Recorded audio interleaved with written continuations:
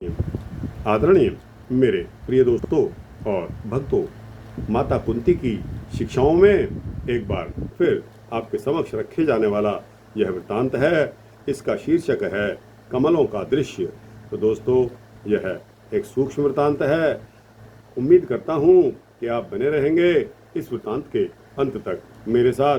तो दोस्तों, आइए इस वृत्तांत को शुरू करने की इजाज़त दीजिए।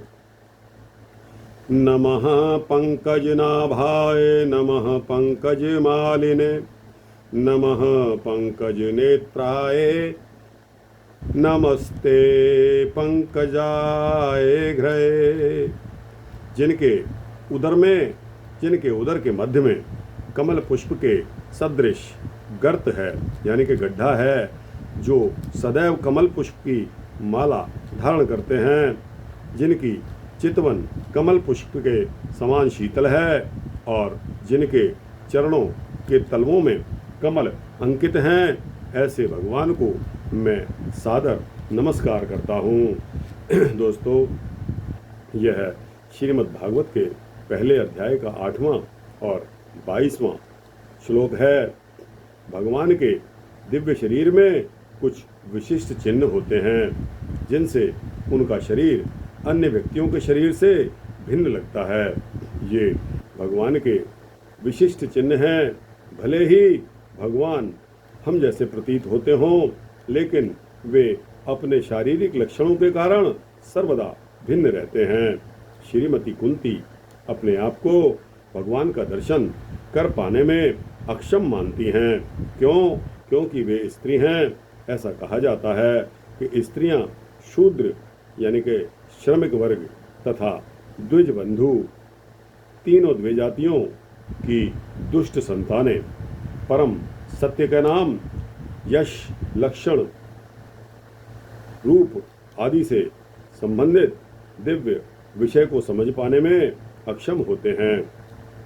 यद्यपि ऐसे व्यक्ति भगवान की लीलाओं को समझ पाने में अक्षम होते हैं, तो भी वे भगवान को अर्चा विग्रह के रूप में देख सकते हैं, जो उपर्युक्त स्त्रियों, शूद्रों तथा द्विज बंधुओं, समस्त पति आत्माओं पर दया करने के उद्देश्य से भौतिक जगत में अवतार ग्रहण करते हैं।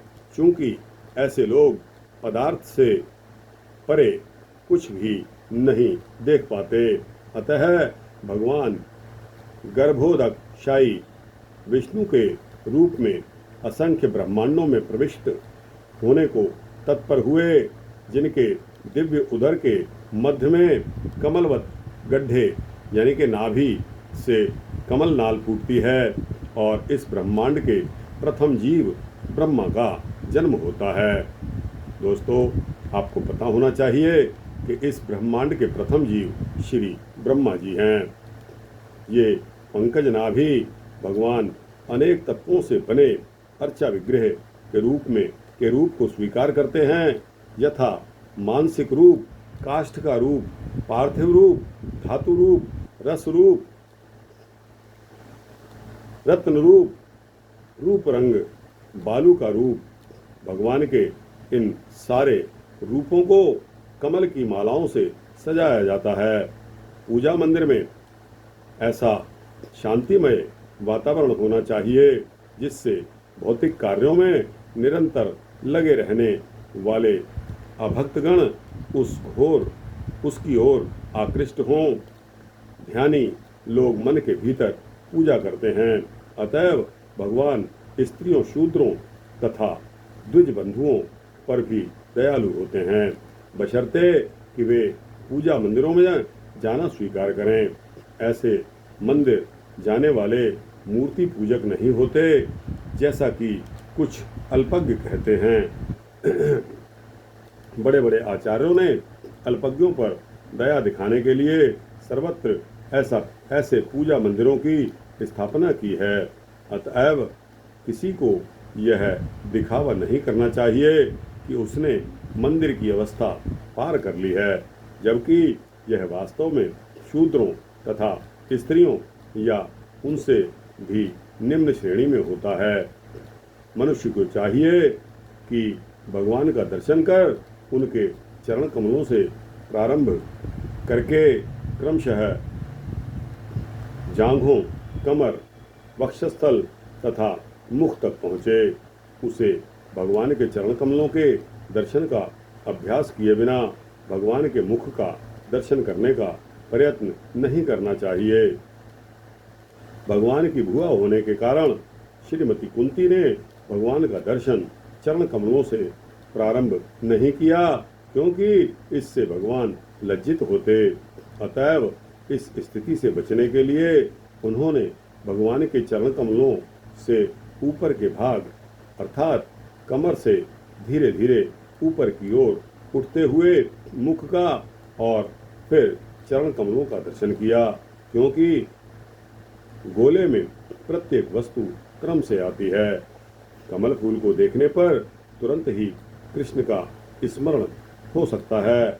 उदाहरणार्थ, यदि कोई अपने बच्चे को प्यार करता है और उसके कपड़े या जूते या फिर किसी खिलौने को देखता है तो उसे तुरंत अपने बच्चे का स्मरण हो आता है। अरे, ये मेरे शिशु के जूते हैं, ये उसके खिलौने हैं, ये उसी का कपड़ा है। प्रेम का यही स्वभाव है।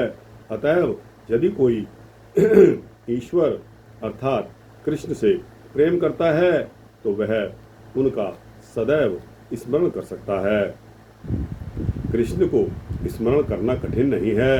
यहाँ पर माता कुंती कृष्ण का वर्णन कमल पुष्पों के संदर्भ में कर रही हैं। इसी तरह जब श्री कृष्ण भगवद गीता में अपना वर्णन स्वयं करते हैं, वे कहते हैं, रसोहम अप्सु कौन्तेय, मैं तरल पदार्थों का स्वाद हूँ। यदि कोई सुरापान करते हुए भी सोचता है कि इस पेय का स्वाद कृष्ण है, तो एक न एक दिन वह महान संत बन जाएगा। इसलिए मैं शराबियों तक को कृष्ण भावना भावित होने के लिए अनुरोध कर सकता हूँ। अन्यों को जाने दो, क्योंकि श्री कृष्ण कहते हैं, रसो हमअप्सु कौन्तेय, मैं पेयों का स्वाद हूँ। सामान्यतः इस संदर्भ में पेय का अर्थ जल को लिया जाता है, किंतु शराब भी तो एक पेय है। इसमें चीनी तथा शीरा और अन्य मेल को सड़ाकर आसव किया जाता है। हाँ, यह बुरा होता है, क्योंकि नशा लाता है। यद्यपि एक अर्थ में कोई भी वस्तु बुरी नहीं है, किंतु शराब बुरी है, क्योंकि इसका प्रभाव बुरा होता है। अमेरिका में शराबियों की कमी नहीं। मैं शराबियों से भी अनुरोध करूंगा कि जब शराब पियो तो स्मरण करो कि यह शराब कृष्ण है। इस तरह से शुरू करने पर एक दिन तुम संत बन सकोगे, कृष्ण भावना भावित हो जाओगे। अतएव यदि आप कृष्ण को पकड़ना चाहें तो वे हर स्थिति में उपलब्ध हैं। भगवद गीता में 10वें अध्याय के 10वें श्लोक में श्री कृष्ण ने कहा है, तेषां सतत युक्तानां भजतां प्रीतिपूर्वकं ददामि बुद्धि योगं तं तेन मामुष्यन्ति ते। जो प्रेम पूर्वक मेरी सेवा करने में निरंतर लगे रहते हैं, उन्हें मैं ज्ञान प्रदान करता हूँ, जिसके द्वारा वे मुझ तक आ सकते हैं। यदि कृष्ण को गंभीरता पूर्वक ढूंढा जाए तो वे सर्वत्र हैं, हर जगह मौजूद हैं। भगवान श्री कृष्ण ब्रह्मांड के भीतर, हमारे हृदयों के भीतर, यहाँ तक कि हर परमाणु के भीतर उपस्थित हैं। अतएव उन्हें ढूंढ पाना कठिन नहीं है, किंतु ऐसा करने की विधि ज्ञात होनी चाहिए। यह विधि अत्यंत सरल है। श्री चैतन्य महाप्रभु की कृपा से हम इस विधि को निःशुल्क ही हर एक को वितरित कर रहे हैं। यह विधि है हरे कृष्ण का कीर्तन करना। जो ही कोई हो कृष्ण का कीर्तन करता है, तुरंत ही कृष्ण उसकी समझ में आ जाते हैं। इसी तरह श्रीमद् भागवत को सुनकर या उसके श्लोक पढ़कर मनुष्य शुद्ध बन सकता है। श्रीमद् भागवत से विश्व का सारा ज्ञान प्राप्त है। श्रीमद् भागवत में विश्व का समस्त ज्ञान प्राप्त है। इनके अंतर्गत साहित्य, काव्य, ज्योतिष, दर्शन, धर्म तथा भगवत प्रेम आते हैं। श्रीमद् भागवतम पारमाणमं तम, एकमात्र श्रीमद् भागवत पढ़कर सर्वोच्च शिक्षा प्राप्त की जा सकती है, क्योंकि श्रीमद् भागवत पढ़ने से मनुष्य हर विषय में पारंगत बन जाता है। यहाँ तक कि श्रीमद् भागवत के मंत्रों से एक भी शब्द को ना समझ पाने पर भी उसकी ध्वनि में ऐसा शक्ति रहती है कि मात्र कीर्तन करने से ही वह शुद्ध हो जाएगा। शृण्वताम इसकवथा श्रवताम स्वकथा कृष्ण पुण्य श्रवण कीर्तन। जो भी श्रीमद् भागवत के श्लोकों का उच्चारण करता है या सुनता है वह स्वतः पवित्र बन जाता है। पवित्र बनने के लिए सामान्यतः प्रयास करना होता है, किंतु मनुष्य श्रीमद् भागवत या भगवद गीता के श्लोकों को सुना करके ही स्वतः पवित्र बन जाता है। इसलिए हमारे कृष्ण भावामृत आंदोलन के प्रत्येक मंदिर का यह कठोर नियम है कि प्रतिदिन श्रवण तथा कीर्तन की कक्षा लगे। हमारे आंदोलन का उद्देश्य आध्यात्मिक नेताओं को प्रशिक्षित करना है, किंतु श्रवण तथा कीर्तन के बिना नेता बन पाना असंभव है। हाँ, इस भौतिक जगत में संभव हो भी, किंतु आध्यात्मिक जगत में संभव नहीं है। माली हुआ सेव बीज करे आरोपण, श्रवण कीर्तन जले करे सेचन। चैतन्य चरितामृत में यह दिया गया है। दोस्तों, श्रवण तथा कीर्तन भक्ति के बीज को सींचते हैं, जिससे मनुष्य की आदि चेतना उत्पन्न होती है। इस तरह परभक्त कुंती देवी इन स्तुतियों द्वारा हमें अवसर प्रदान कर रही हैं कि हम पंकज अर्थात कमल पर अपना ध्यान एकाग्र करके कृष्ण भावना भावित बने। पंक का अर्थ होता है कीचड़ और जा का अर्थ है उत्पन्न करना। यद्यपि कमल का फूल कीचड़ से उत्पन्न होता है, किंतु यह सबसे महत्वपूर्ण फूल है और श्री कृष्ण को सर्वाधिक प्रिय है।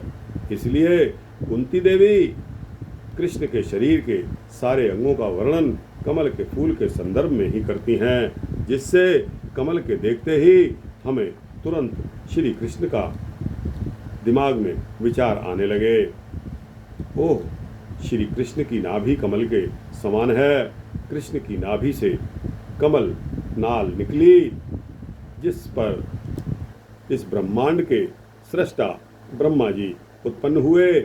इस ब्रह्मांड में अनेकानेक लोक, समुद्र, पर्वत तथा मोटर कारों एवं अन्य साज सामानों से युक्त शहर हैं, किंतु संपूर्ण ब्रह्मांड इसी कमल से ही शुरू हुआ।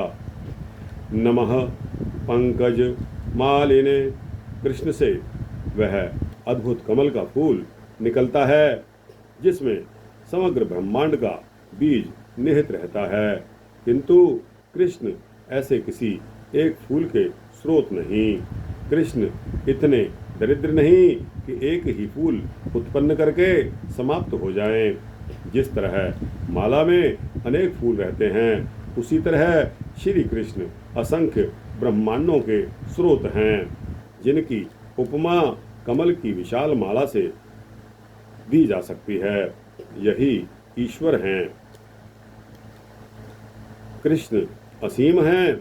हमें केवल इस एक लोक की चिंता रहती है, किंतु कृष्ण की दृष्टि में असंख्य लोक हैं। हम इन लोकों की गणना भी नहीं कर सकते। जिस तरह कि सिर के बालों की गणना नहीं की जा सकती। कृष्ण की सृष्टि का स्वभाव ऐसा ही है। अब दूसरा उदाहरण लेते हैं। एक वृक्ष में असंख्य पत्तियां होती हैं, इसी तरह लोक अनंत हैं और ब्रह्मांड भी अनंत हैं, अतएव श्री कृष्ण अनंत हैं। कृष्ण की नाभि कमल के समान है, उनके गले में कमलों की माला है और उनके नेत्रों की उपमा भी कमल की पंखुड़ियों से की गई है। दोस्तों, यदि हम केवल इसी श्लोक का मनन करें जिसमें कृष्ण के शरीर का वर्णन कमल के संदर्भ में किया गया है, तो हम अपने सारे जीवन का ध्यान कर सकते हैं कि कृष्ण कितने सुंदर हैं, कितने ज्ञानी हैं और वे किस तरह सृष्टि रचाते हैं। यह ध्यान कृष्ण का मनन या चिंतन है। ध्यानावस्थित तद्गतेन मनसा पश्यन्त्यं योगिनः, योगी वह है जो सदैव कृष्ण का चिंतन करता है। वो लोग जो निर्विशेष का चिंतन करते हैं वो योगी नहीं हैं। उन्हें ध्यान में अधिकाधिक श्रम करना पड़ता है, किंतु उन्हें कुछ महत्वपूर्ण उपलब्धि नहीं होती। अतएव ध्यान के बाद वे कहते हैं, मुझे एक सिगरेट दीजिए, मेरा गला सूख रहा है, मुझे एक सिगरेट दीजिए। यहाँ कोई ध्यान नहीं। ध्यान का अर्थ है निरंतर श्री कृष्ण चिंतन, सततम चिंतयन्तो माम, तथा दृढ़ व्रत के साथ कृष्ण भावनामृत की ओर अग्रसर होने का प्रयास। यानी कि यतन्तश्च दृढ़व्रताः, हमें पवित्र बनना होगा। परम ब्रह्म परम धाम पवित्रम परमम भवान, चूंकि कृष्ण पवित्र हैं, अतएव अशुद्ध रहकर हम कृष्ण तक नहीं पहुंच सकते। किंतु यदि हम सदैव कृष्ण का चिंतन और ध्यान करें तो हम पवित्र हो सकेंगे। पुण्य श्रवण कीर्तनः, यह ध्यान श्रवण तथा कीर्तन द्वारा ही संभव है और तब कृष्ण का चिंतन स्वतः होने लगेगा। कृष्ण भावामृत की यही विधि है। श्रवणम कीर्तन विष्णोः स्मरणम, स्मरण का अर्थ है स्मरण करना। यदि हम श्रवण तथा कीर्तन करें तो स्मरण अपने आप होने लगेगा और तब हम श्री कृष्ण के चरण कमलों की पूजा सेवनम में अपने को लगा सकेंगे। तब हम अपने को कृष्ण के सेवक के रूप में यानी कि दास्यम लगा सकेंगे, कृष्ण के मित्र बन सकेंगे, सख्यम, और हर वस्तु श्री कृष्ण को अर्पित कर सकेंगे।